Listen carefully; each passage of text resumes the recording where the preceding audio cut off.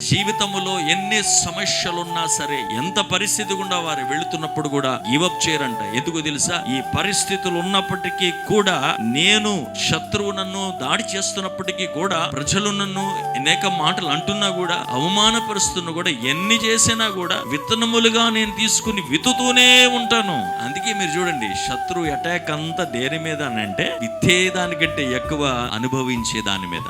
అందుకే గిదియోని దేవుడు నువ్వు వెరీ స్మార్ట్ అయ్యా అన్నాడు. ఎందుకు స్మార్ట్ అన్నాడు? ప్రతి సంవత్సరము శత్రువు వచ్చి మంచి పండి చేతికొచ్చే టయానికి తీసుకెళ్లిపోతున్నాడు శత్రువు. గిదియోని అనుకున్నాడు, ఇలా కాదు, మనం కొంచెం తెలివిగా ఉండాలి. ద్రాక్ష పండని కాలవలో ఆ ద్రాక్ష గానుగులోకి వెళ్ళి అక్కడ ఈ కోతను తీసుకెళ్లి అక్కడ చేస్తా ఉంటే శత్రువు ఏమనుకుంటాడు, ఇప్పుడు కోతకాలం కాదు కదా, సో అక్కడికి వెళ్ళక్కర్లేదు, ఇక్కడికే వెళ్దామని అనుకుంటున్న టైంలో ఈయన తెలివిగా జ్ఞానవంతుడిగా ఏం చేశాడంటే అక్కడికి వెళ్ళాడు. దేవుడు అన్నాడు, సబాష్, అలా ఉండాలన్నాడు. నష్టపరుచుకునే వారుగా మనం ఉండకూడదు. దేవుడు అనుగ్రహించే ప్రతిమైన కోతను మనము పొందుకునే వారుగా ఉండాలని దేవుడు చెప్తా ఉన్నాడు.